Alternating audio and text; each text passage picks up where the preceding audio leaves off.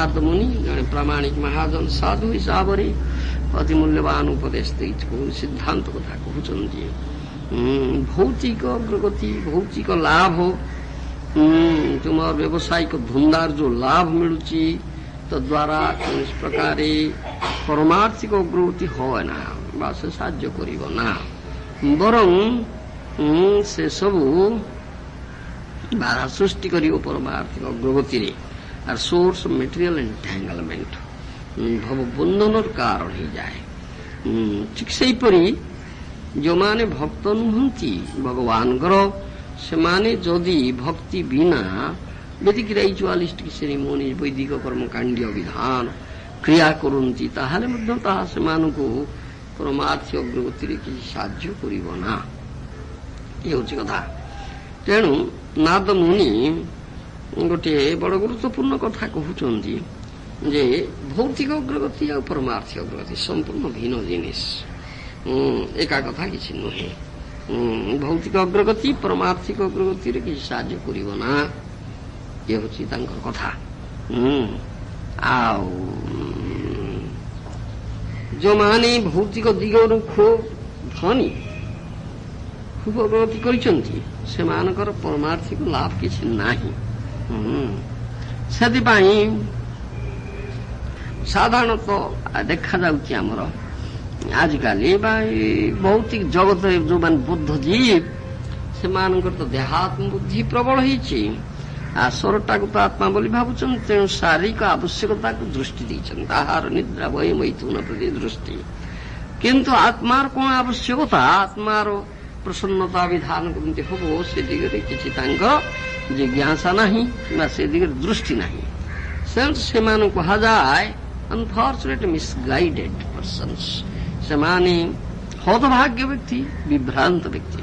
ତେଣୁ ସେମାନେ ମେଟେରିଆଲି ରିଚ୍, ଭୌତିକ ଦୃଷ୍ଟିରୁ ଧନୀ ହେବା ପାଇଁ, ଭୌତିକ ଧନ ସମ୍ପଦ ଗୁଡ଼ିଏ ଆହରଣ କରିବା ପାଇଁ ଦିନ ରାତି ଯାହା କହନ୍ତି ଗର୍ଦ୍ଧବେର ମତ ଗୋଧଭାଗ୍ୟା ଖୋଜୁଛନ୍ତି। ଗର୍ଦ୍ଧବେର ଗୋଧଭାଗ୍ୟା ଦିନ ରାତି ଖୁବ୍ କରୁଛନ୍ତି, କିନ୍ତୁ ଲାଭ ପଡୁଛି କି ଲାଭ ହେଉଛି, ବରଂ ଅଧିକରୁ ଅଧିକ ଭବବନ୍ଧନରୁ ବାନ୍ଧି ହେଉଛନ୍ତି, ଅଧିକରୁ ଅଧିକ ଦୁଃଖ କ୍ଲେଶ ବରଣ କରୁଛନ୍ତି, ଅଧିକରୁ ଅଧିକ ତ୍ରିତାପରେ ଦଗ୍ଧୀଭୂତ ହେଉଛନ୍ତି ଏବଂ ପରଜନ୍ମରେ ଡିଗ୍ରେଡେଡ୍ କଣ୍ଡିସନ ଅଧୋଗତି ପାଉଛନ୍ତି, ନୀଚ ଯୋନି ପାଇଯାଉଛନ୍ତି, ଏସବୁ ନର୍କ ଗତି ହେଉଛି, ଏସବୁ କଥା ଅଛି। ସେଥିପାଇଁ ନାରଦ ମୁନି କହୁଛନ୍ତି ଯେ ଯେଉଁମାନେ ତଦ୍ରୂପ ଭାବେ ଭକ୍ତ ନୁହନ୍ତି, ସେମାନେ ଯଦି ଭକ୍ତି ବିହୀନ ବୈଦିକ କିଛି ବ୍ୟବସ୍ଥା ଗ୍ରହଣ କରନ୍ତି, ତାହେଲେ ମଧ୍ୟ ସେମାନେ କିଛି ପରମାର୍ଥ ମାର୍ଗରେ ଅଗ୍ରଗତି କରିପାରିବେ ନା। ଭକ୍ତି ହେଉଛି ଅସଲ ଜିନିଷ।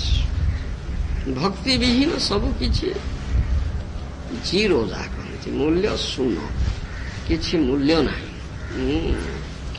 ଧର୍ମ ଅର୍ଥ ଦୟାପେତ ବିଦ୍ୟା ବା ତପସାନ୍ୱିତା ମଦ୍ଭକ୍ତ୍ୟା ପେତମାତ୍ମା ନଚ ସମ୍ୟକ୍ ପୁନାତି, ଏ ଶ୍ରୀମଦ ଭାଗବତରେ କୁହାଯାଇଛି।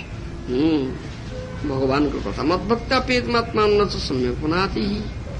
ଭକ୍ତି ବିହୀନ, ମୋ ଭକ୍ତି ବିହୀନ, ଭକ୍ତି ନାହିଁ କିନ୍ତୁ ତଥାକଥିତ ଧର୍ମ ଖୁବ୍ ଆଚରଣ କରୁଛନ୍ତି,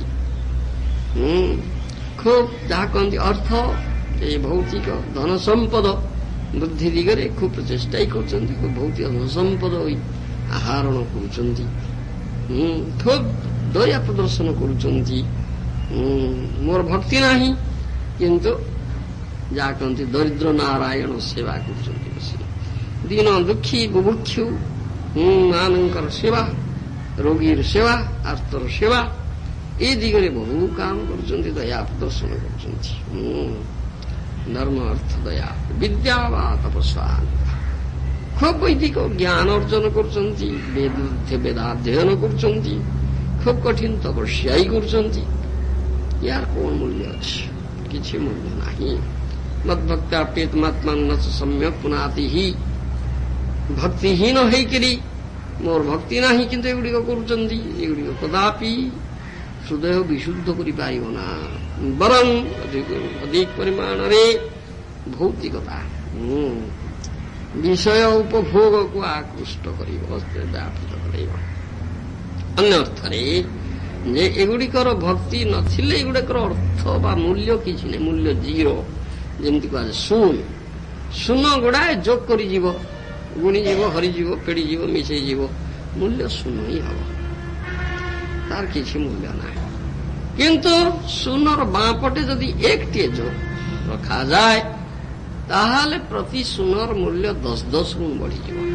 ଗୋଟାଏ ଶୂନ ହେଲେ 10, ଦୁଇଟା ଶୂନ ହେଲେ 100, ତିନିଟା ଶୂନ ହେଲେ 1000, ତାପରେ ତ ଏଇ 10 ଗୁଣ ପ୍ରତ୍ୟେକ ଶୂନର ମୂଲ୍ୟ ବଢିଗଲାଣି। একটি ନାହିଁ ତ କେବଳ ଶୂନ, ଜିରୋ। একটি ହେଉଛି ଭକ୍ତି। ଭକ୍ତି ନାହିଁ ତ ତଥାକଥିତ ବେଦାଧ୍ୟୟନ, ପାଣ୍ଡିତ୍ୟ, ଧନ, ରୋଜଗାର, ତପସ୍ୟା,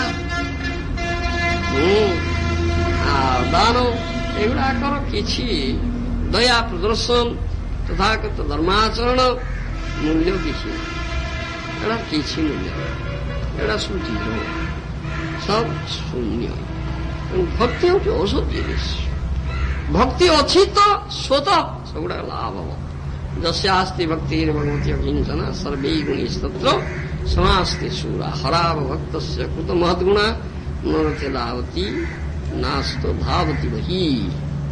এই କଥା କୁହାଯାଏ। ଯାହାଙ୍କର ଅକିଞ୍ଚନା ଭକ୍ତି ଅଛି, ଐକାନ୍ତିକ ଭକ୍ତି ଅଛି ଭଗବତ ପଦାରବିନ୍ଦରେ, ସ୍ୱତଃ ସମସ୍ତ ସଦ୍ଗୁଣ ସହ ଦେବତାମାନେ ତାଠାରେ ସମାବିଷ୍ଟ ହୁଅନ୍ତି। ହରାବ ଭକ୍ତସ୍ୟ କୃତ ମହଦ୍ଗୁଣ ମନୋରଥେ ନାସତି ଧାବତୀ। ହରିଙ୍କର ଯେ ଅଭକ୍ତ ତାହାର କିଛି ମହତ୍ଗୁଣ ନାହିଁ।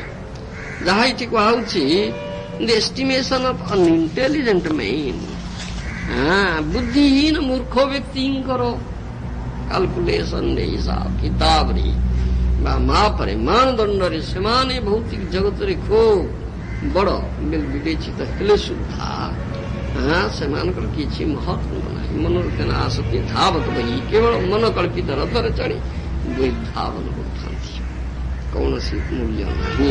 ବା ଯାହା କିଛି ଭୌତିକ ଦିଗରୁ ଉନ୍ନତି କରିଥାନ୍ତି ବା ଲାଭ ପାଇଥାନ୍ତି ବା ଅର୍ଜନ କରିଥାନ୍ତି, ସେଗୁଡ଼ିକ ଶେଷରେ ସବୁ ଧ୍ୱଂସ ହୁଏ। ଯେମିତି ସ୍ୱର୍ଣ୍ଣମୟ ଲଙ୍କାପୁର ଗଢ଼ିଥିଲା ରାବଣ, ଭୌତିକବାଦୀ, କିନ୍ତୁ ରାମବାଣରେ ଧ୍ୱଂସ ହେଲା, ସବୁ ସେ ବିନଷ୍ଟ ହେଇଗଲା। ତାଇ କଥା କୁହାଯାଉଛି। ତେଣୁ ଭକ୍ତି ନଥାଇ ଏଗୁଡ଼ିକର ମୂଲ୍ୟ କିଛି ନାହିଁ। ଭକ୍ତି ଥିଲେ ଏଗୁଡ଼ିକର ସବୁ ମୂଲ୍ୟ ବି ଅଛି, ନଚେତ ନାହିଁ। ସେଥିପାଇଁ ଭୌତିକ ଉନ୍ନତିର କିଛି ମୂଲ୍ୟ ନାହିଁ, ଏଗୁଡ଼ିକର କଣ ମୂଲ୍ୟ ଅଛି? ପରମାର୍ଥିକ ଉନ୍ନତି କଲେ ସ୍ୱତଃ ସବୁ ଲାଭ হয়।